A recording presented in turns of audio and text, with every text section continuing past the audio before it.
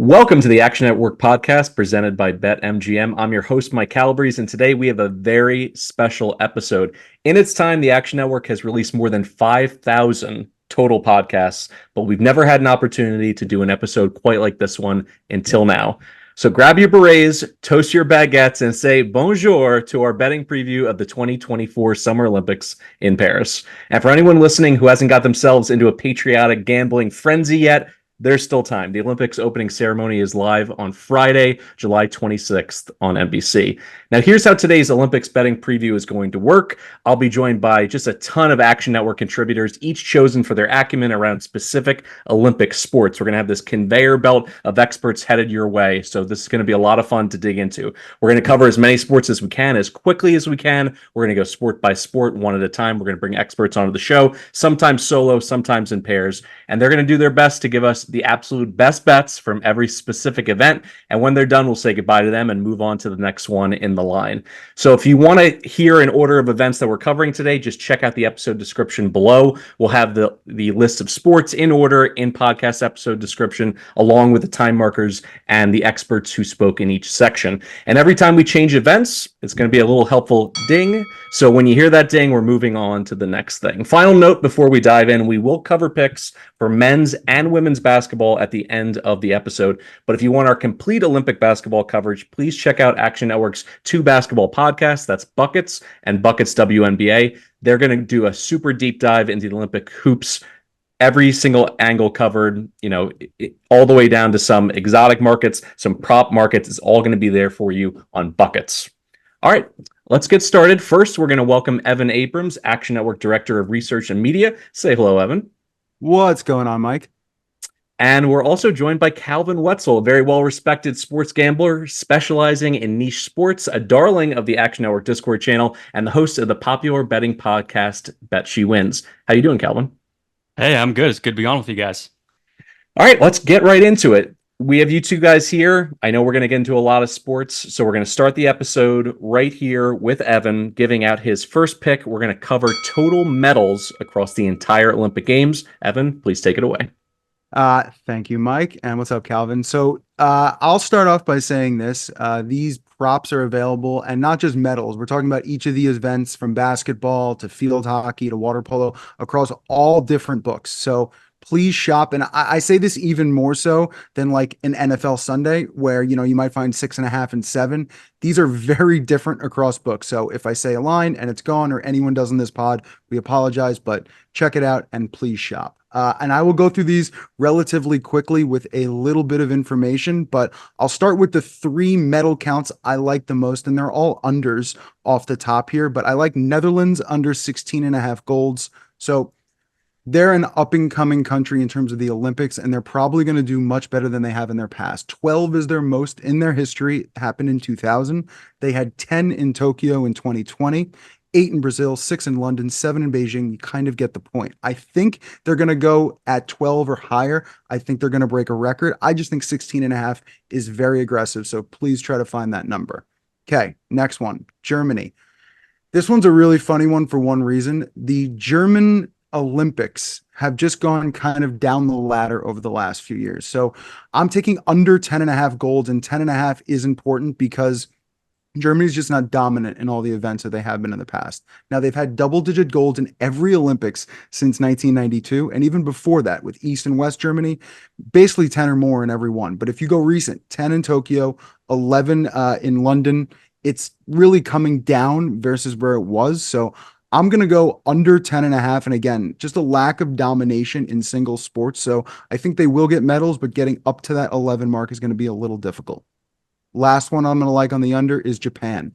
So this is a real shopping situation because I took 15.5 and now I only see 13.5s and some 14s in the market, which is probably closer to right. So they broke their record in Tokyo. They did really an amazing job, obviously in their home country. And now this is a bit of a different situation coming to Paris. So in my, basically they had about 27 last time out. I think there's a chance they go down to about 12, maybe 13, but there's a chance for 11 in that area. So to me, Japan under would be how I would look. The only 2 others I wanted to talk about would be France I really did want to go over 24 and a half. Home country.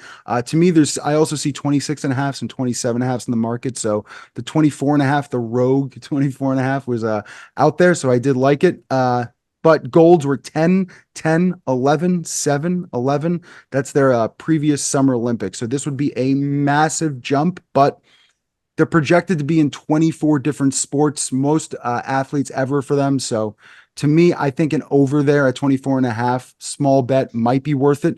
And this isn't a bet. I just want to talk about this for at least 10 seconds. Great Britain, everyone taking the under. It was at 19 and a half, now all the way down to 14 and a half at some places. 22, 27, 29, and 19 for golds in the last four Olympics. But everyone is really on that under. It's moved way too far for me, so I'm going to pass, but it's worth noting the movement for bettors out there. All right, Calvin, I think it's time to get you involved here as we move on to our next sport, the women's 3-on-3 tournament. Before we get into your picks, can you tell me a little bit about the structure? How do you go about trying to medal in this event? Yeah, so there are 8 teams, and it's basically just one big pool, unlike 5-on-5 basketball or a lot of other events when you have different pools. And you play everyone once, round robin, so 7 games. Top 6 make the knockout stage, and the top 2 get a bye. And then the other 4 play each other, and then you just have the semis and the finals from there. And who do you like in this particular event? So Team USA is correctly favored on the women's side here, but I do like Team Canada to actually take this down. They're about plus 350, plus 300 or plus 350 at most books. So like Evan said, shop around. The thing about 3-on-3 is that it is just so vastly different than 5-on-5. Anyone who's played 3-on-3 or watched 3-on-3 knows how fast paced it is. They don't really have dead balls. It's just all about movement and spacing. And when you've played in a system like this and you have experience, it's huge. In Canada, even though they don't have WNBA talent on the roster like Team USA does, most players who play in these events, like when you look at the Team USA roster, they're playing 5-on-5 for most of the year, and then you have a big event like this and they play 3-on-3. But like these WNBA players, they're focused on 5-on-5. The Canada roster pretty much exclusively plays 3-on-3 all year, every year. That's what they've been doing for like the last 5 years. And they've all been developing that chemistry with each other, the familiarity with the system, including their 2 best players who are twins, Catherine and Michelle Plouffe. And apparently Plouffe means splash in French. So they're really the splash twins, which I feel like means you have to bet on them. But they beat Team USA in a preliminary event in April. Team USA obviously was going to have Cameron Brink, and then she unfortunately tore her ACL. They replaced her with Dearica Hamby, who I actually do think is an upgrade for them. She has played more 3-on-3, but I still think that Team Canada, with all the experience that they have and the just the history that they have in this event, and they've beaten Team USA before, I think plus 350 is just too long for them. I do know that this is a new event. Is it basically uniform across the board that all countries are sending their professionals, or is it a mix with collegiate amateurs from the university ranks? How do these countries go about putting the teams together? It is a mix, and it's interesting because in order to qualify, you can't play 3-on-3 in the Olympics if you haven't played enough 3-on-3 in some of the other smaller international events. So a lot of people were saying, like when Cameron Brink tore her ACL, oh, why don't they add Caitlin Clark? You know, she didn't make the 5-on-5 Olympic roster. Why don't they go add her to 3-on-3? Well, she hasn't played any 3-on-3 in any official FIBA events, so they literally couldn't, whether they wanted to or not. So the rosters are kind of constricted by that, which is why, like you said, some of them are going to have some less experienced players, but they're all going to be at least a little bit experienced in 3-on-3 in that sense, even if they don't have a whole lot of like major professional 5-on-5 experience, some of the lesser known players. But again, that's why I think Canada is the favorite. They just have so much experience in this, and then they are true professionals. We'll stick with you here, Calvin, for another event. If you look at your sportsbook account and you're just treading water, you want to finally make some money, why not dive into women's water polo? Who do you like in that event? Yeah, I'm going with Team USA in this one. It's kind of the casual pick, and they're the favorite, obviously. But while they're not nearly as dominant as, say, like 5-on-5 basketball, who's like minus 2,000 right now, it's just unbettable. They are still the dominant team in this sport. I'm seeing minus 167 out there. Some books more like minus 180 up to minus 200. But I think that you still have plenty of room to play that even at that juice. They've won the last three Olympics as well as the last three World Cups. So really six world competitions in a row at this point. If you want to use it as a parlay piece because you don't want to lay minus 170 to minus 200, I like that as well. But at the end of the day, until someone dethrones them, this is still Team USA's sport.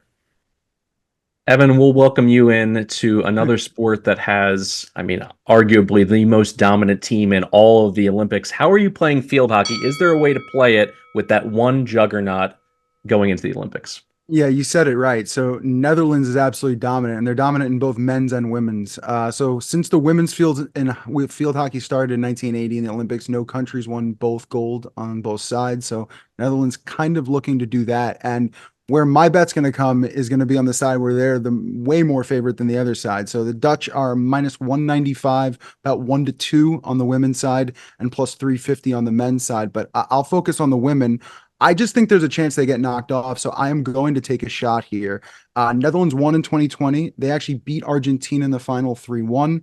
And for 2024 qualification, it's worth noting Netherlands did win all 5 matches. They won by a score of 22-2. Absolutely dominant, like we've talked about. But I'm going to split my bet, half unit on Germany and a half unit on Argentina, which are both countries near the top, near Netherlands, and they're getting pretty good prices because of just how dominant Netherlands has been and has won gold before. Germany lost to Belgium in a series of the qualification, but they did outscore other teams 14-0, leading up to beating England 3-0 as well. So really, really good and also scaling up. They were 6th in the 2020 Olympics, 4th in the 2022 World Cup, and 3rd in qualification. I think there's a chance they get into the final here. So Germany with a half unit. And then we talk about Argentina, the bet who I actually think is a little sneaky and might be better. Looking for 2020 payback on the Dutch who won qualification 39-2. And they're beating US in the gold medal game 2-1. So US didn't qualify in 2020 in the Olympics or the 2020 World Cup. So they're a real long shot, but my picks are Germany and Argentina to try to knock off the Dutch. So looking at the cards so far, we've got, total medal counts, sports like basketball, getting into water polo, field hockey, which I love collegiate field hockey. I had many friends who played in college, so I'm familiar with the sport. Calvin, you're going to have to hold my hand on the next one. What is handball? How does it work? Maybe it's just a regional thing in the US. I'm not sure all of our listeners are familiar with the sport or the structure of this particular Olympic event. So walk us through a little bit before giving your pick. Yeah, honestly, it's just soccer with your hands, I guess, is the easiest way to describe it. I it I feel like a lot. I played this in PE growing up. I don't know how much that correlates to professional handball, but I feel like that's where a lot of people probably learned it. You're just running around and trying to get the ball into the goal, but you're using your hands. You're not kicking it. And I like a couple teams in this. France is at plus 125 right now. Obviously, they're the best team and they're at home. I think that's more like a coin flip. So I think plus money is pretty good with them. They won the last Olympics. And when you look at international competition over the last year and a half, 2 years, even more recently, they've won 25 of their last 26 matchups. The one loss was to Norway, who has won 22 of their last 26, and the 4 losses were to France. They played each other 5 times. They've only beaten each other, haven't lost to anyone else in recent competition. So Norway is at plus 260 right now. I do think that should be closer to like plus 200. It's going to be pretty hard for anyone else to knock off either of these two teams. They obviously could knock off each other, but because you're getting plus money on one of them and pretty good plus money well into the 200s on the other one, I think it's still worth playing both of those. Now, Calvin gave us his picks for women's water polo. Evan, let's get you in the pool. Who do you like in the swimming events? So I only have one event here, and honestly, because I didn't really do anything from the US's point of view, I did think this was a good bet to make. So I'm going to go with the favorite, the person everyone's probably going to be betting on anyway, which Gretchen Walsh, 100-meter butterfly, gold medal. It's about 120. That's what I would look for in the market between minus 120 and minus 115. But she just broke the world record for the 100 fly in the trials. She's in multiple events, but this is her best event. So if you're going to put some money on the red, white, and blue, I think this is the right event to do it. Now, one of the highest profile events in all the Olympics in terms of viewership, in terms of buzz, people certainly, working their schedule around so they can watch it live, are some of those amazing track and field events. Do you have any plays or ways to go about attacking this board? Because there's opportunities for records to be broken, there's opportunities for new superstars to emerge, and really, if you get to that level at the Olympics, you soon become a household name. Yeah, so for me, there's 4 names that will probably make a name, as I put that in quotes, in this Olympics. The issue is some of those odds are just incredibly minus, and they're just not worth the bet. Even when you talk about value, it's just not there for me. So McLaughlin Levin at the 400-meter hurdles, Grant Holloway in the 110-meter hurdles. He was second in Tokyo too, so a little bit of motivation there. Masai Russell in the 100-meter hurdles, first-time Olympian, 24 years old, definitely one to look at, and Gabby Thomas in the 200 meters. I give you those 4 names and saying, I believe some world records are going to be broken here at the Olympics. I think those are fun bets if you can find them.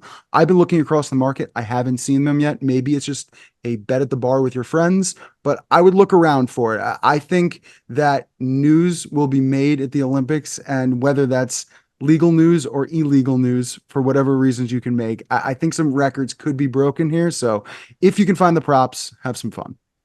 As Evan mentioned at the top, make sure you shop around. There's going to be a lot of bundling and special offers and promos from sports books across the country. So you want to make sure that as you're building your card, you're taking advantage of some of those generous offerings, because some, as you mentioned, some of these Olympic medal, prop markets, they're prohibitively priced, and other ones, they're going to try to find ways to get volume. So it's important to continue to refresh those apps as we lead up to the events themselves. All right, Evan, walk me through the road race and how you go about betting it here at the Olympics. So I'm going to give definitely less analysis than I have before, but I'm going to give you some fun bets here. Now, this is really tied to the Tour de France, right? So you've got a few people who are writing in that actually currently with a small window after that event ends before the Olympics. So a little bit of rest and rust goes into this a tiny bit, but let's start with the road race. Netherlands' Mathieu van der Poel is the favorite. He's about 300 or higher. I'm splitting my full unit on a half unit on Van der Poel, who's the favorite. He's young. He's really focused on the event. I think it's worth putting something there. And the other half unit on Wout van Aert of Belgium. He's in the Tour de France, but he did skip the race in Italy prior to it. Gives him a little bit of rest. And the reason I'm actually going to pass on the person who's winning the Tour de France currently, which is Pogacar, who is about 6-1, is the fact that he was in Italy. He is in the Tour de France. I think the grueling stretch is going to get to him. So that is my bet there. And then I'll give you a quick one on the time trial. Joshua Tarling is the favorite. He's about even. I've seen him at plus 120 in a few books, and that's the price I'm really looking for, because my half unit on Tarling, who's from Great Britain, he's not in the Tour de France. He's focusing on the Olympics, 20 years old. I think it's the question of experience versus rust, but he really is focused on this event. So plus 120 half unit. If he wins, you'll basically get it back from my next pick, which is Remco Evenepoel, who is about 3-1. I think this guy is worth it, and I think squeezing out a profit. So I'm passing. Now, listen, there's only 3 people under 25-1 in this event. So I am picking number 1 and number 3 and passing on Filippo Ganna. So I think it's going to squeeze out, and that's how you're going to get a profit here. So those are my bets. Calvin, 2 questions on women's surfing. I want you to walk me through it. Which movie that features surfing should I watch to get myself pumped up? And then who are we backing to take home the gold in this event? Oh, surfing movies! You're putting me on the spot. I can't even remember what it's called. But the one with the girl who loses her arm. Do you know the movie I'm talking about? I do. I can't come up with the name off the top of my head. I had Point Break chambered just in case. I mean, there's some opportunities to watch some surfing there. Yeah, definitely go check out all the movies and then watch this event as well, because it's really fun. It's a sport I've been getting into. You mentioned off the top of the pod the Bet She Wins podcast that I do. If anyone listens to that or follows on TikTok, you saw we got Vahine Fierro at plus 4,500. Uncle Mitch just said Soul Surfer. That's it. Thank you, Uncle Mitch. I knew it was in there. I couldn't come up with it. We got Vahine Fierro at plus 4,500, which in a couple events ago, which was the longest in the field of 12 at that point. She ended up winning, and now she is favored here at plus 340. This is important because this event is in Tahiti. Obviously, the Olympics is in Paris. You can't really surf in Paris. So the surfing event is halfway across the world. Vahine is from Tahiti, which is the political center of French Polynesia, which is actually an overseas country of the French Republic, which is why they're having the competition here in Tahiti. So that's why Vahine has that home wave advantage. This wave at Tahiti is a beast. It is one of the hardest waves in the world. It is an absolute monster. And so if you haven't surfed this thing before, it's going to be really difficult. Even if you're a professional surfer, Vahine grew up surfing this thing. She knows the deal. The sports books didn't know that when they had the regular event here a couple months ago when they hung her at plus 4,500. That's why we bet Hunter. That's why she was able to win that one. They have now figured that out. So they have made her the favorite. I think the value is gone at this point at plus 340. I was hoping we'd get longer odds on her again because she's not the best surfer in the world, but she knows this wave. Fortunately, they figured that out. So there's a couple other places I'm actually looking now for value. Katie Simmers is the best surfer in the world at most places.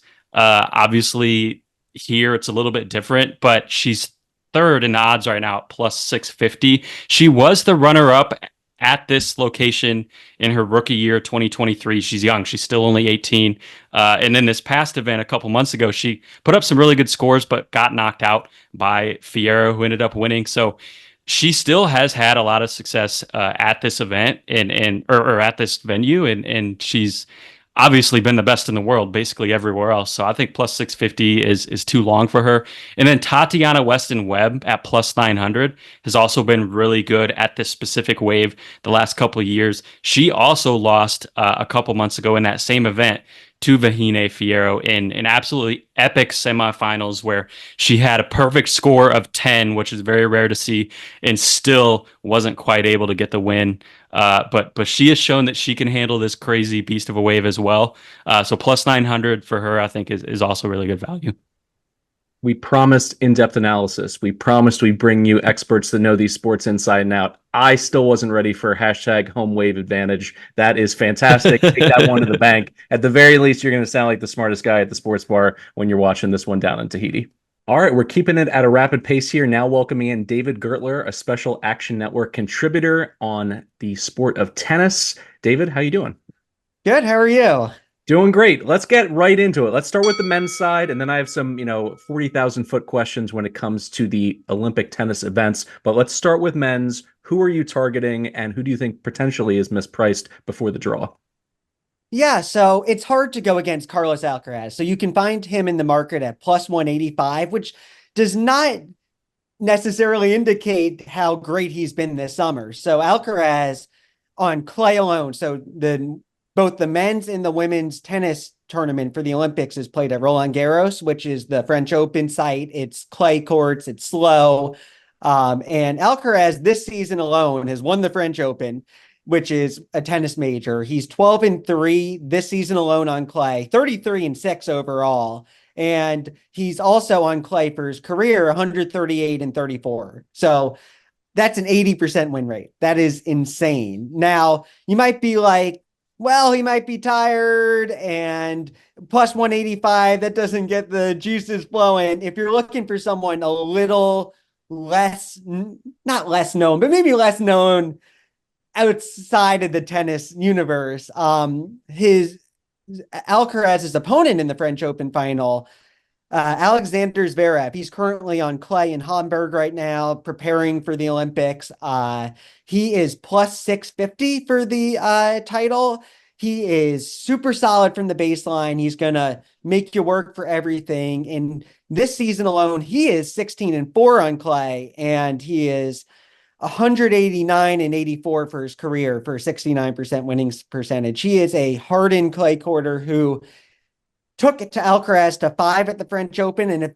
And if Alcaraz goes out early, he's someone that I think I can trust to, especially at plus 650, get the job done. How much weight do you put into motivation for an event like this? As you know, with it coming during the season, obviously there's majors sandwiched around it. You have players coming off of deep runs or championships in some case. Do you consider that just total noise, or do you think there's something to this feeling that the Olympics mean more to some on the court than others? I think that if it didn't mean much, you're going to pull out before the Olympics. So for instance, we saw, now I don't know how much of this is the Russia Belarus thing, but for instance, on the women's side, Arina Sabalenka just pulled the plug. I believe Ben Shelton on the men's side did as well. Not that he's any sort of threat to win the title, but certainly not after what I've seen from him in this season. But yeah, I would say it's impossible to gauge. Tennis is very much a sport that you do sometimes can get led into those narrative-based arguments, but it's impossible to say. Now, Djokovic has mentioned how important the Olympics are to him, but anyone who watched Djokovic against Alcaraz, finally a worthy opponent in his cakewalk Wimbledon draw, would say that I don't think I trust him against the top in the men's game right now. Maybe in a few months when he's gotten more time to heal from his knee injury, but the motivation to win the Olympics might be high for him. But Alcaraz and probably Zverev on clay at this point are probably better tennis players. Same with Sinner. Now, you just mentioned Sabalenka. That's a natural transition to, the women in this event. Pre-draw, does it matter nearly as much as the draw will make a difference in the men's side, or is this something where you're betting regardless of how it shakes out and there's better value to hop in right now?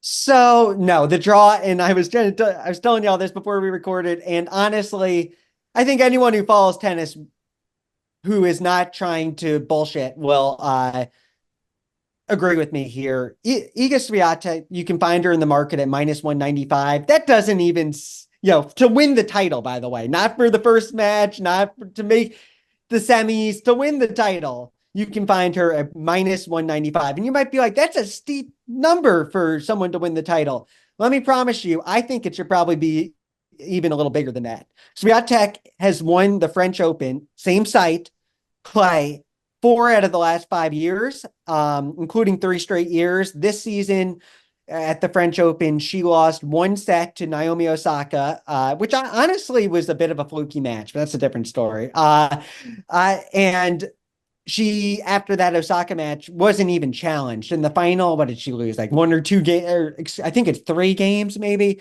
It was a joke. She is that good on clay with her heavy forehand, her ability to move on the surface, her pinpoint serve, her rally tolerance, the placement around the court. It's all spectacular. For Swiatek's career, she's 132-17 for on the surface. And then just this season alone, she is 21-1, having won Madrid, Rome, and Roland Garros, which are the 3 biggest tournaments on the women's calendar. Now, let's say she sprains her ankle or something, because that's the only way I see that she loses, honestly. And you're like, well, who can I grab that isn't Iga Swiatek? Because I don't want to bet a minus 195 to win a tournament, which I do understand. You might be tempted to bet on Rybakina. I don't, even though her record on clay is fairly good. Rybakina, by the way, does have a winning head-to-head against Swiatek, but I don't like her game that much on clay. And to win the tournament, sure, maybe if they're in the same half or maybe in a fluke, I honestly can't see it. Honestly, Rybakina, she's plus 1100. She's just not consistent enough to back her. The one name I would say is Coco Gauff. Now, I'm sure a lot of y'all American people are going to just, American flag next to the name. She has a shot. Let's go better. Honestly, I probably wouldn't unless you're making something small. But at plus 650, she's, with the exception of her Wimbledon shock defeat to Emma Navarro, is just solid. And typically she beats the players that she's supposed to beat.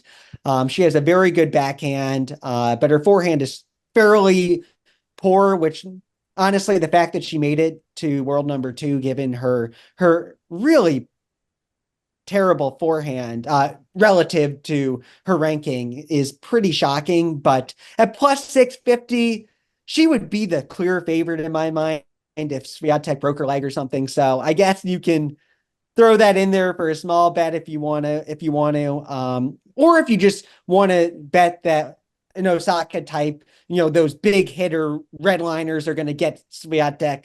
I don't see it, but maybe your Rybakinas of the world maybe can knock her off. But ultimately, this is on the women's side. I know I'm talking a lot. This is Iga Swiatek's tournament to lose.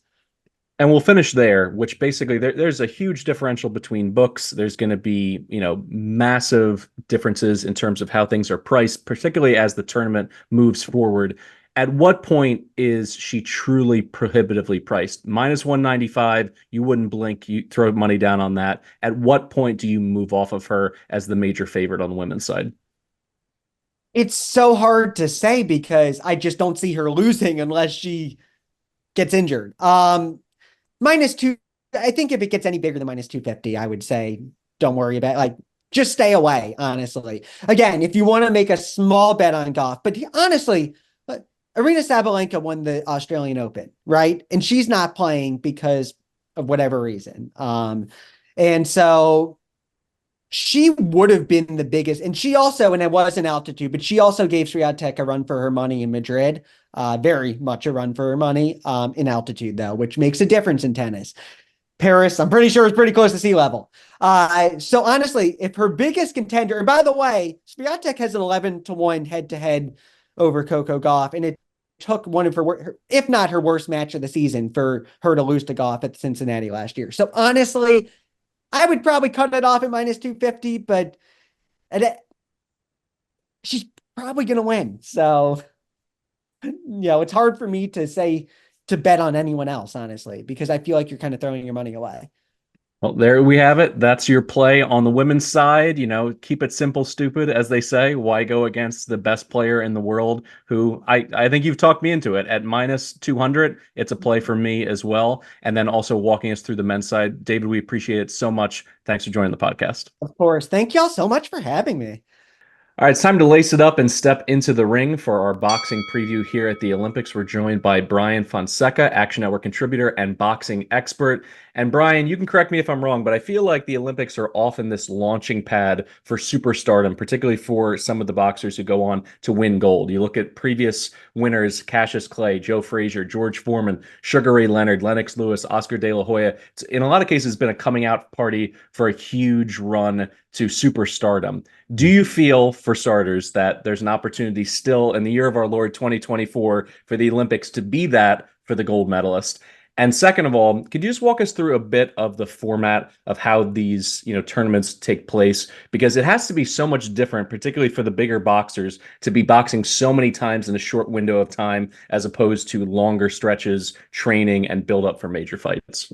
So briefly on the first point, yes, it could still be a launching pad even if you don't win a gold medal. We saw this specifically with Team USA in the last Olympics, where they did not win a gold medal and the men haven't since 2004. However, they did have multiple silvers, and a couple of the guys that won silver, Keyshawn Davis and Richard Torres Jr., have since become two of the best prospects in the sport. Keyshawn Davis is probably more of a contender now at this point and looks like he's going to be a fixture in the lightweight division for a long time. Richard Torres Jr. is undefeated and has knocked out all of his opponents as a pro. He is a heavyweight. He looks like a 1980s sort of goon with a mustache and a mini fro. Like, he is a very colorful personality that we got introduced to in the Olympics a few years ago. So that can still happen. In terms of the format, there's sort of a gift and a curse here. The great thing is that there are more weight classes for women, and we're going to see more women competing in the Olympics than we have before. We'll see what the final number is, but it looks like it's going to be north of 120.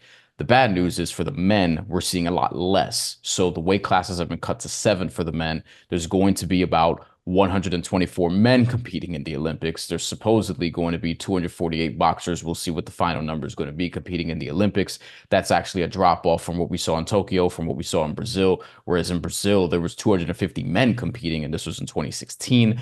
And per the Associated Press, the record is 432 Olympic boxers competing in the Seoul Olympics in 1988. So we're at the point where we're not sure we're not entirely sure if boxing is going to be in the Olympics in 2028, which is going to be here in America.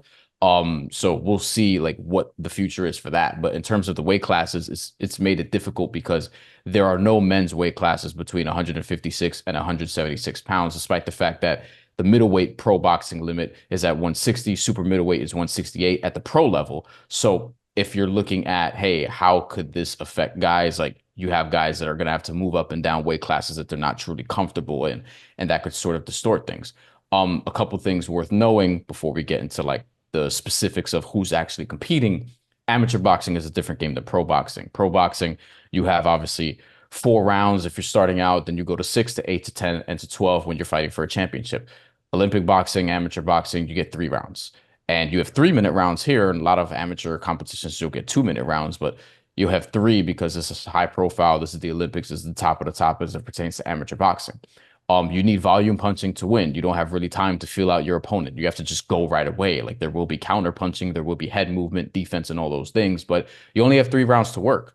And it's tougher because if you get knocked down, you have to make up a lot there. And robberies do happen, even in the Olympics.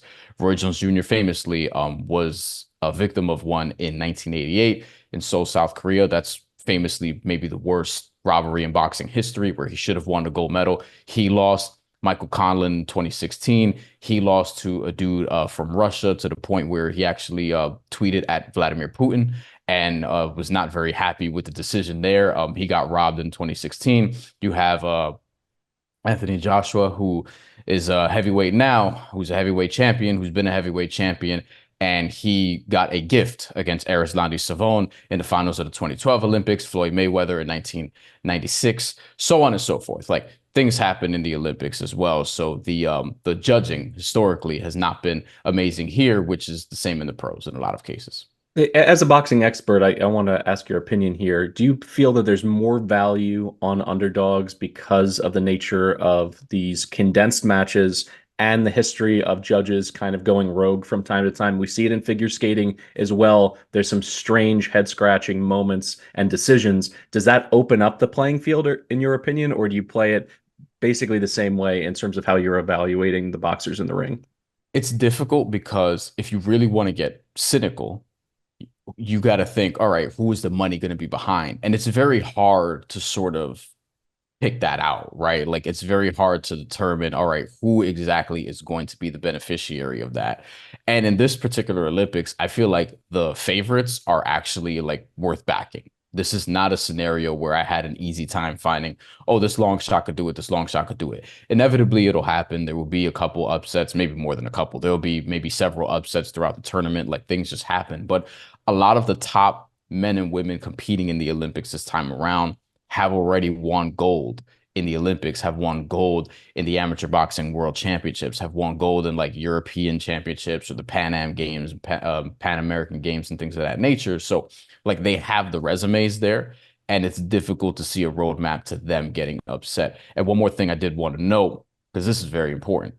In amateur boxing, typically like those are the guys that compete in the Olympics. But since 2016, professional boxers have been allowed to compete in the Olympics. Now, they haven't done amazingly. And in 2021, there was especially a case where a lot of people were competing in the Olympics. But in 2020, obviously, we had a pandemic. So a lot of those guys, instead of waiting around for the Olympics in 2021, decided to go pro, had like 3 pro fights or whatever the case may be. Keyshawn Davis, who I mentioned before, this was the case with him, for example, and several others.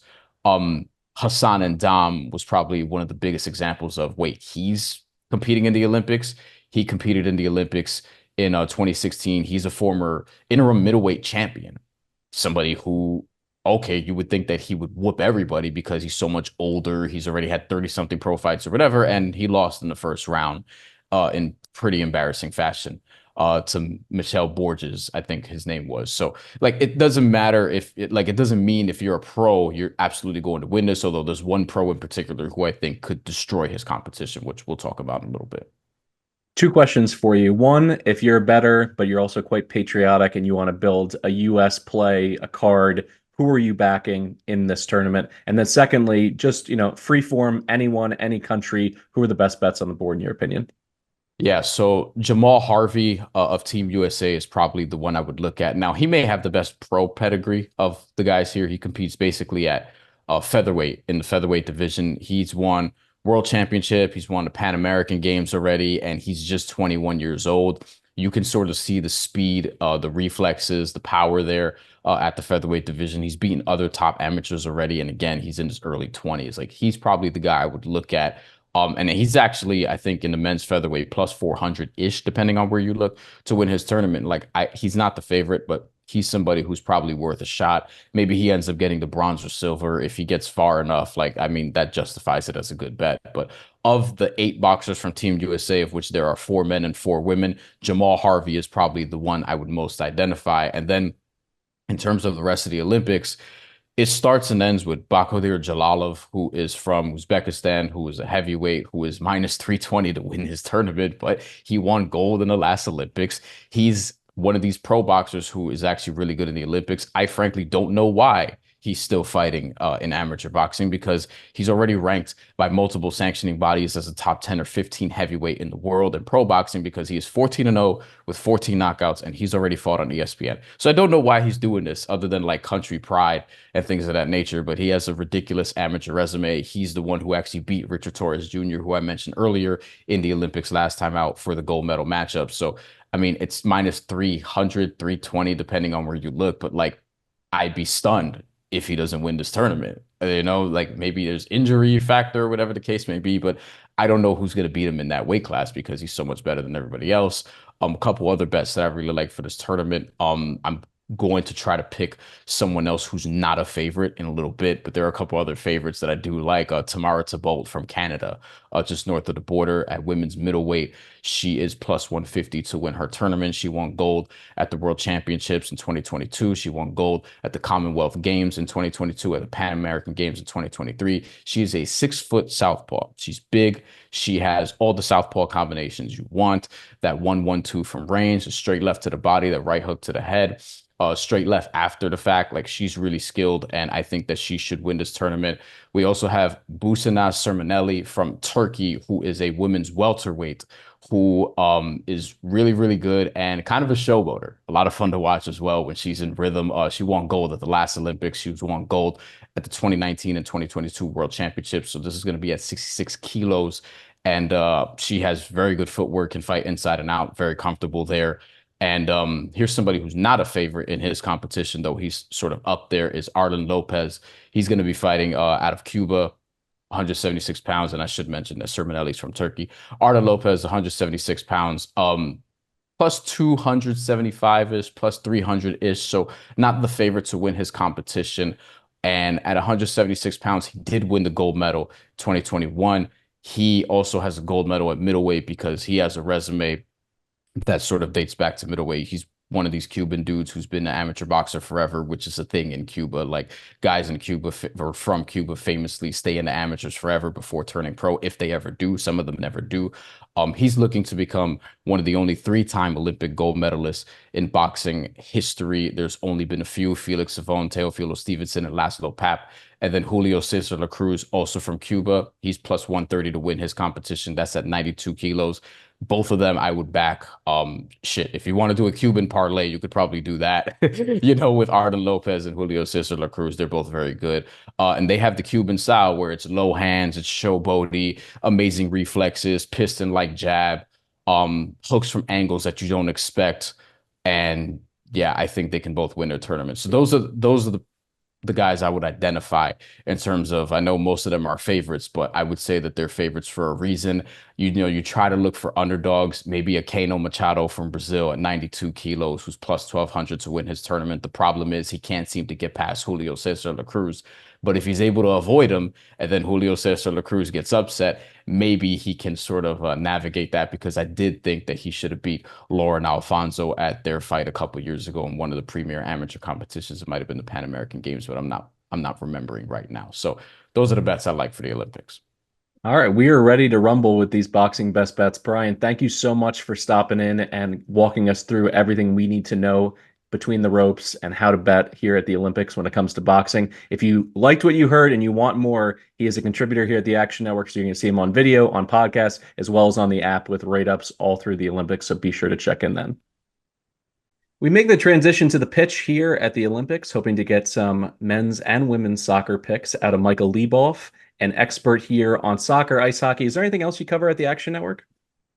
Yeah, I do a lot of NFL stuff. I'm big into best ball these days. Now just about everything that I can find that's not NFL or NBA. A lot of Aussie rules these days, Mike. It's we're in the top of the stretch down under. Getting on Brisbane before it's too late, I would say. They are getting hot at the right moment. But in terms of the 2024 Olympic, let's start with the men's soccer. These soccer tournaments are very strange that nobody really cares about them from a player's perspective. Like all the stars skip them. So the teams are essentially like a U23 team. I believe the rule is you can have 2 overage players. So it's a youth team plus 1 or 2 old hands. But that's really it. So that causes a lot of confusion in terms of handicapping. But usually the hosts, if it is a soccer playing nation, will try to gussy up their team as much as they can. And the French have done that. That's why they're the favorite at plus 225. But I'm not going to go there at all. I think that it's just there's just way too much volatility when you're looking at these rosters. So there are a couple teams that I do find interesting. I think Japan is a worthy long shot at 33-1, just given their group. So top 2 teams in each group get through. There are 4 groups of 4. Japan's group is Paraguay, Mali, and Israel. So not really any danger there for the Japanese, the Blue Samurai, to get through. So if they can get through the group stage, obviously you're sitting with a 33-1 ticket.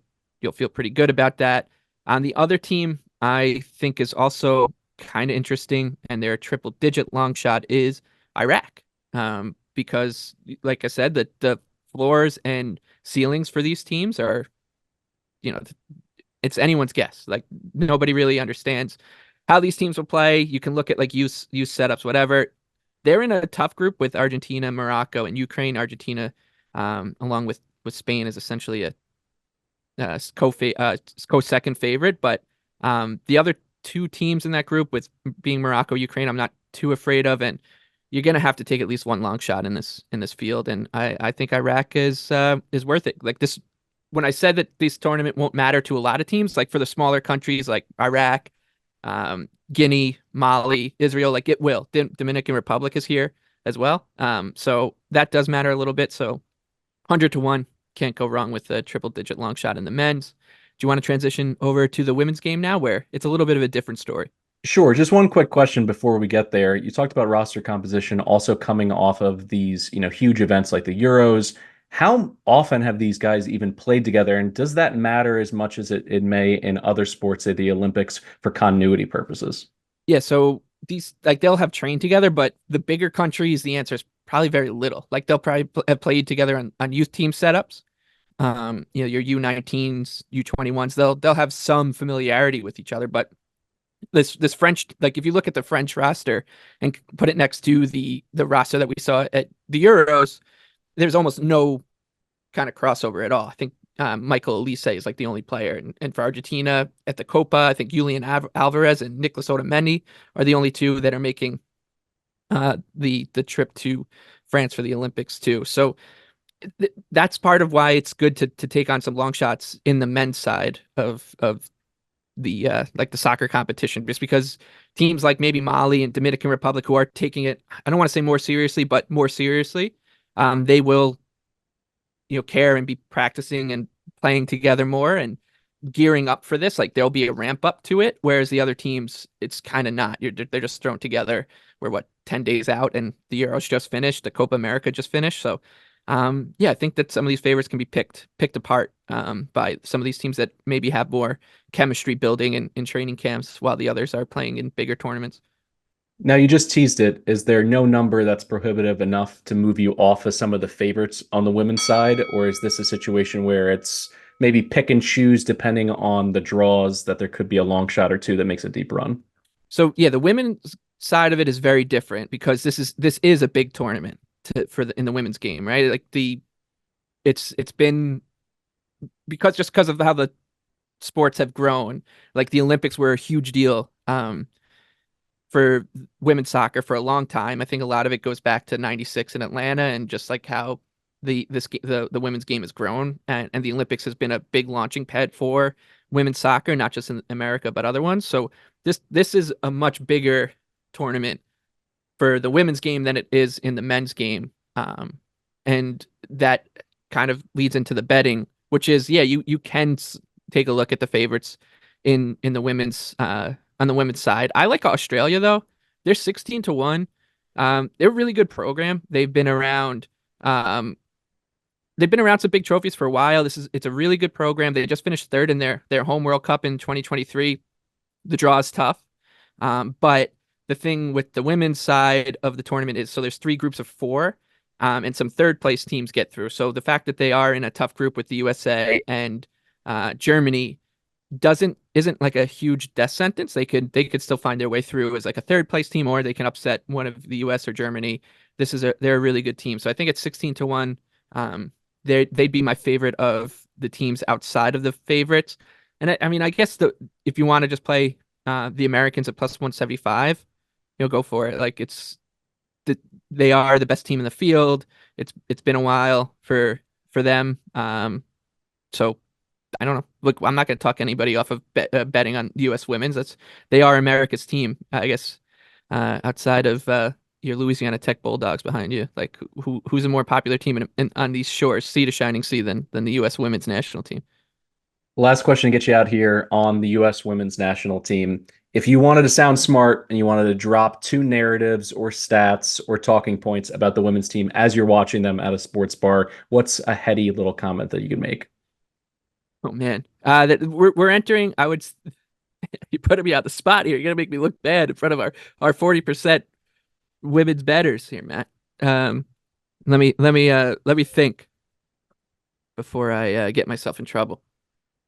How about let's start with the coaching? I know it's something that there's a bit of a revolving door when it comes to international, coaching, and as it relates to expectations. Certainly, you have national teams where if you don't make it to the semifinals, it's considered a huge disaster to the point where it's a national disgrace. Where are they in terms of their leadership at the top? And then who's your favorite player, perhaps, to have a breakout tournament and to be somebody to focus on that prop market for goals? Oh man, well, I don't know if we'll see her as a. We'll start with my favorite player is Crystal Dunn, because she's from my hometown here on Long Island, but not someone who factors into the scoring very much. She plays on the back line. She's a really, really strong defender, and I think she's kind of being phased out of the team a little bit. She's 32, so past her prime, but she's definitely my favorite player. But the coaching situation is interesting because now they got Emma Hazen, who was coaching in England. I believe she was the Chelsea women's team coach for a very long time, and won a bunch of silverware for there. Now she comes over here and takes on a job that, I don't know. It's like in women's soccer, I don't think there's a bigger job than coaching the U.S. women's team at all.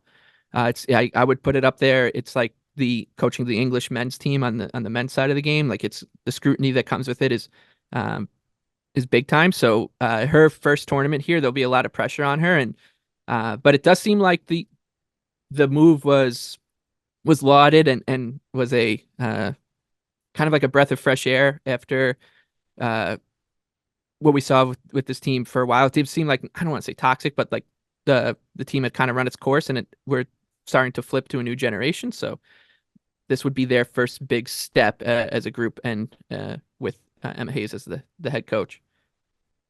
Thank you so much, Mike, for popping in. We have more Olympic coverage up next. It's time to tee it up for some Olympic golf action. We welcome in Josh Perry, Action Network golf contributor, as well as Spencer Aguiar, co-host of Action Network's golf betting podcast, Links and Locks. Guys, how are you feeling ahead of this action on the links? This is going to be a really exciting tournament. Like, when you look at this course, and we can get a little bit deeper into it in a second, but this is a venue that you see yearly on the DP World Tour. It hosts the Open de France. You might also remember the name when we saw it front and center in the 2018 Ryder Cup when the USA went down there. They ended up falling 17.5 to 10.5, but you look at where each home country ends up pushing this in these spots, and you always get the Americans going towards the driver heavy courses. You have Europe that pushes you during these venues where you have to be more tactical. The precision's going to get accentuated. That's what you're going to get at this course. So like think Florida golf that's mixed with your links plus French connections that come into play. It's an interesting tournament from a game theory perspective that we can talk about in a second. Josh, in terms of the tournament itself, we now have the 4 majors in the books. How does this format work? Does it basically play out like a normal tournament for those trying to bet on Olympic golf for the first time? Yeah, it's 4 rounds, no cut, like just basically like your elevated type events that we see on tour. Yeah, it's pretty straightforward. As far as stroke play goes, I haven't done anything fancy with it yet. Now, with an international sport much like soccer, we come into the event at the Olympics for soccer with kind of a deflated expectation on the men's side, where you don't have the same kind of teams coming, and a lot of them coming off the Copa or the Euros, and just the overall, dedication to it and living and dying with potentially winning a gold medal, not as important to the home countries as some of the other major events. Where does golf kind of settle down in terms of that? Obviously, you have LIV, you have PGA, you have majors. How much does this mean to the field? And does that level of motivation, in your opinion, Josh, come into play when handicapping this? It's so new that I don't know if we can really kind of grade. This is only the 3rd time we've had it. It meant a lot to Xander. His dad was an Olympic guy trying to make it back in the day, and had some injuries in his sports. But and then Justin Rose, obviously, he kind of put that when he won it, he put it up there with his U.S. Open. So what we've seen when we're handicapping is the big guys have won it when they've gotten there. So I mean, it's something we have to think about there. It's not necessarily something we have a lot of information to know how engaged is Rory going to be when he shows up, sort of thing. But for the most part, the better guys have shown up and kind of taken down the title. Spencer, where's your head at in terms of best bets for this so that people can start building their card? So when you get this 60-man field, like the way that I built my model here, the bottom 20% that I had inside of my math of those competing were much weaker than you typically get from a week in, week out tournament. I think that's always the first layer of what you're trying to handicap from a modeling perspective, since understanding where the gaps of skills land help determine the pricing for the board. The one thing I want to note that you talked about, Michael, when you just asked Josh the question is when you look at this venue, and I don't know technically what the correct answer is. We don't have enough iterations of this of an example to use, but I just want everybody to think of this before we even talk about bets. Like most golf tournaments present this very straightforward blueprint of what's being asked. You play your opening 2 rounds to make the weekend. You technically get more or less aggressive from there. That's going to decide the final few factors of, are you trying to get a better payday? Are you trying to win the tournament? I don't know when I started building this, one of the things that you have to take into account here is only 3 players are going to be working towards gold, silver, and bronze. It's such a high-end, high upside, high reward sort of a return that you're getting here that you get a really interesting golf course where there's water all around the facility. There's thick rough. It's a course where it's a club down nature like I talked about, but you also get this game plan that when players find themselves falling back on the pack, they have to technically be more aggressive to try to work themselves up the leaderboard. So it's a highly volatile course with 3 names that are trying to compete for those medals for their country. So when I tried to build this card and figure out the way that I wanted to go, I thought there were a couple options that made sense. I ended up starting with Victor Hovland at 22-1. In my opinion, we're getting this price because of his recent form. I view this very similar, though, to his 3rd place at the PGA Championship a few months ago. Hovland ranked 5th in my model when faced with similar total driving courses. He was 2nd for weighted strokes gained total for this venue. That's kind of the glorified highlight of the Le Golf National fit that he has. And then he was 5th on similar putting surfaces. You will note that a lot of his struggles have occurred with this sloppy around the green production that we've gotten in 2024. But I keep going back to this answer. Thick rough, water, this Florida-esque feel with all the water that comes into play, that accentuated the need for ball striking and really removed some of those harsh elements that come into play from his short game that keep holding him back. So, I wouldn't be surprised. And I mean, this kind of shows when we're recording this, I guess. Hovland just missed the cut at the Open Championship. So I wouldn't be shocked if this number ends up drifting even maybe a couple points further up from this 22-1. I really like that price though. And then I bet Shubankar Sharma at 400-1. I know the form's going to leave a lot to be desired. It's the same answer as Hovland, but my model had him much closer to that 150-1 range than this 400-1 price that we received. Very similar answers to the Hovland blueprint, where a lot of the around the green stuff is what has been deterring him from higher end finishes when he ends up teeing it up. I just think that this is a name that when we have a weaker field to begin with, and I talked about the bottom 20% being lower in an average grade of what I typically get, Sharma wasn't one of those names, much closer to 100 to 125-1 sort of golfer. So it's a volatile event. I keep using the word volatile for a reason, but give me a long shot in Sharma. Give me a name like Hovland at 22-1, where I thought that it was a higher price than it should have been. Very likely that the winners end up being either a Scotty or a Xander. Like that's where the edge is in my model as far as like win equity goes. But when we're actually looking at the price, I think their numbers are reduced to a point where they're not bettable according to my math. Now, Josh, are you going to go a bit chalkier, or are you going to give us a flyer and a long shot the way Spencer just did? I'm kind of in the middle of him right there. I bet two guys on this. I bet Tom Kim and I bet Alex Noren. This is the first Olympics where we actually had like legitimate history at a course. Brazil, we had never seen the course ever. In Japan, it was fairly limited with the Japanese tour as far as who had actually played on that course. So we had not a whole lot of history to go off of. This place we've seen 25 times. We know what it is. And what we saw in the Ryder Cup especially is if you hadn't played this course and you hadn't been out there a lot, you ran into a lot of trouble because you don't know where to miss. And as we've said already on this, there's danger everywhere. So Tom Kim came over in Europe, played it last year, finished fourth on the DP World Tour. It's a course that fits him perfectly. You plop the driver into play, you hit the irons, and hopefully the putter gets hot. With Alex Noren, he's won here. He's won the tournament. That's a big thing to look at there. He knows his way around this. He's had success here. It's going to be a happy spot for him. We're looking at what he's doing right now. And as we say, we're kind of in the middle of the Open as we're recording this. He's top 20 right now heading into the weekend, just kind of putting together a result. So I think that history on a course where we know history matters and we know that knowledge is a big asset. We've seen it come into play where the stars have shown up and had Francesco Molinari or Tommy Fleetwood just absolutely blast them. So if Scotty comes in and he hasn't looked at the course, or if Victor hasn't looked at the course, like we said, or if it just really depends on who's been doing the work there. Xander, maybe he's been a little busy, hasn't done the research. Colin Morikawa, those guys are all going to be up there. But when's the last time they played it? When the last time they look at it? These guys have. So that's kind of where my lean is like it's not always a heavy course history thing, but this type of tournament and this week, I think it's going to be a big edge for the guys who have seen this place 5-10 times or who have had a high result like Tom Kidd has early in his career.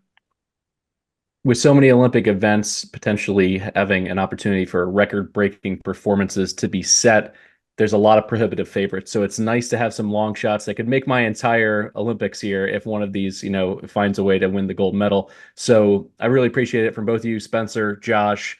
Be sure to check them out at the Action Network. They're contributors. You can also hear them on Links and Locks as well. Spencer hosting that show. Thanks so much, guys. Thank you, Michael. Welcome to Buckets, Action Network's basketball betting podcast presented by BetMGM, the king of sportsbooks. I'm your host, Joe Delera, and I'm joined by Brian Fonseca. This is your men's Olympic basketball betting preview for the 2024 Summer Olympics in Paris, France. Brian and I are going to give you some of our best and favorite bets and talk about where we're seeing value in these Olympic Games. We also have an episode focused on women's hoops that's out right now on the Buckets WNBA podcast feed, so you can check that out as well. All right, let's get into our best bets. Brian, who is your best bet or your favorite to win outright for the Paris Olympics? I will preface this by saying Team USA, I think they're going to win the gold medal. But Europe to win the gold medal as a continent, plus 500. out there on the market. I like it. Honestly, I'm with you there too. I like Europe plus 500. I think that there's a lot of value on that number. You're getting so many different teams. And the best that we're seeing the US in the market is as low as minus 400. There's some minus 1000s out there. This number seems to be a little bit crazy. Brian, talk to me a little bit about this bet. Why do you like Europe as a continent to win? So with Europe, you're getting almost half the field. Okay, you're getting 5 out of 12 teams. You're getting France, who's the host, who after a miserable World Cup performance, like I thought they were good enough to win the entire World Cup, and they were like the first team eliminated. They got smacked by Canada immediately. And obviously they lost to Latvia, and it was just bad. It was bad news. So they're looking to rebound from that. They're the host now. They've since added, I don't know, Victor Wembanyama. You may have heard of him.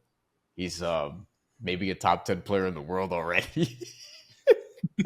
Like they just happen to add Victor Wembanyama, also Bilal Coulibaly to their roster. And Bilal Coulibaly is another one of the best rookies from the NBA last season in what, is a weird situation in Washington, but Bilal Coulibaly no less.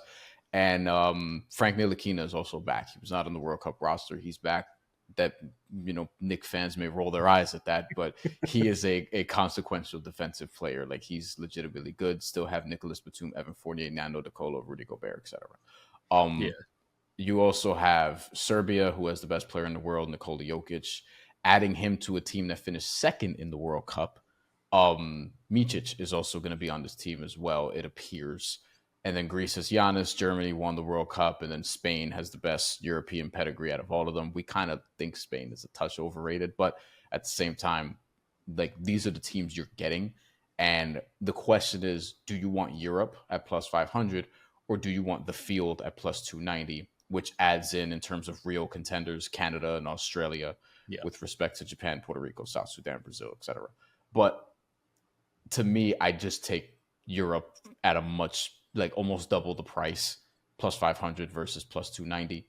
And, I would short Canada and Australia in doing that. Two teams that I think are very good, but in terms of a long shot bet, which is mainly what I'm looking at for right now because of how heavily favored US is, I'm mainly looking at long shot bets. So plus 500 is a little bit of a sprinkle, not a full unit, obviously. This is something that I could definitely live with. Yeah, I'm with you there too. I think that the price for the United States should probably be closer to minus 200, maybe minus 250. So maybe if there's an opportunity to buy into that, I still feel like I could, having a ticket at 5-1 on Europe. I know that a lot of these European teams, they're going to get through for the most part. Whereas adding in the field, I don't feel like I think that Canada should get through, but Canada's in the group of death. Australia's also in the group of death. So there's a possibility that one of those teams doesn't really even make it through. So I'm with you. I think that the bet on Europe as a continent is the best bet right now to win the gold. There might be a time where we're able to back the United States on either an individual game basis, or we can bet them, maybe they lose a game, and then we can get a really good number on them. So be on the lookout for if we add a United States position. But I think overall, while we expect the United States to win, it's going to be a little bit of a different scenario for what we're betting on in terms of betting into the value.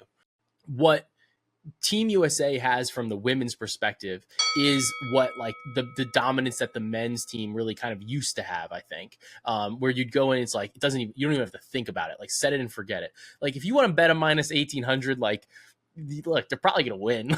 But we're not gonna go out here and we're not trying to make a habit of going out here recommending minus 1800 bets. It's not, that's not what we're trying to do. We're trying to find a little bit of value here for you guys. So when we look at this, I think there's a couple of different ways that you can actually back and bet on Team USA. And that leads us actually to what our favorite bets for the women's brackets are. Brian, what's your favorite outright for the women's bracket overall?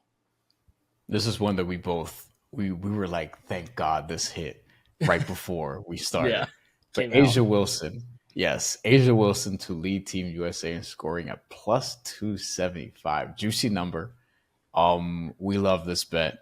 And Breanna Stewart was second at plus 325 for good reason, reasonably close. But Asia Wilson led Team USA in scoring in the World Cup, couple years ago and led them in scoring, tied with Brittany Griner, but led them in scoring in the last Olympics as well. Brittany Griner is more than likely coming off the bench for this team, as we saw as indication by, the All-Star game, but also at the stage of her career that she's at.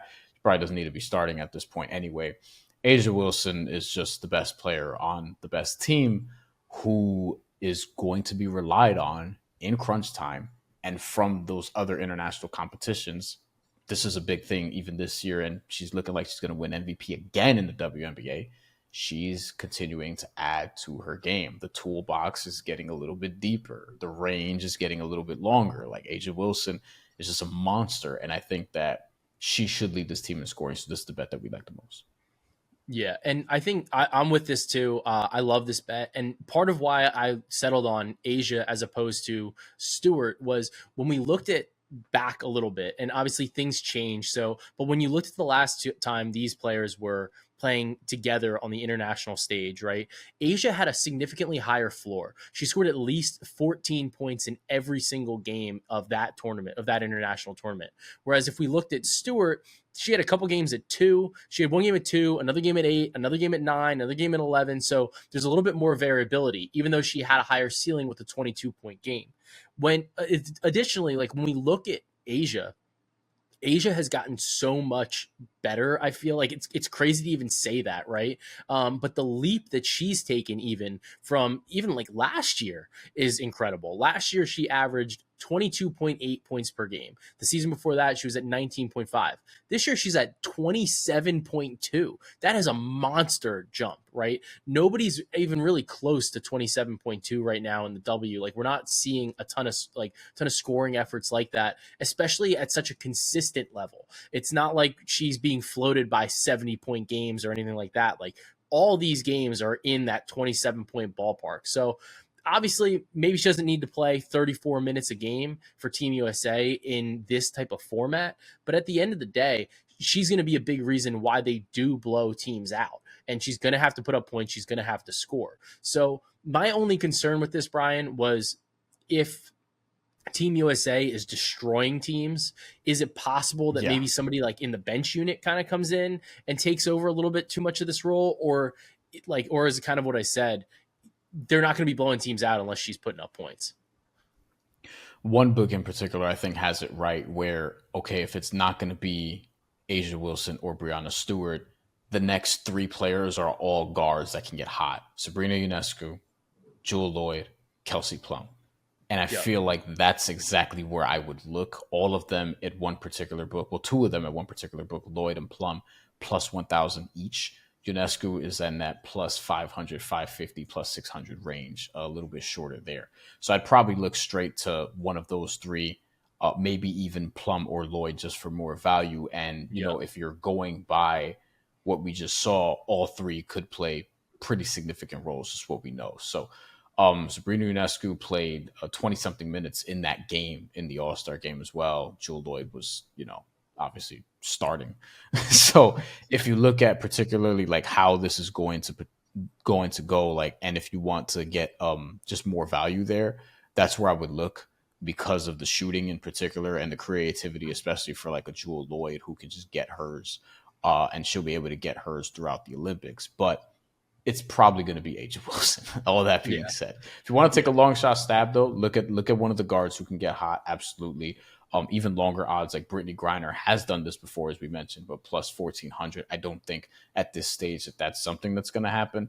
And then when you're going down the line, like, it's probably not going to be Diana Taurasi at this stage. It's probably not going to be Alyssa Thomas, who has the longest odds at one particular book at plus 5,000. I think even larger than that at another. But that's sort of what it is to me. It's A'ja Wilson, and if you want to look at long shots, you have to look at, Sabrina Ionescu, Kelsey Plum, Jewel Lloyd.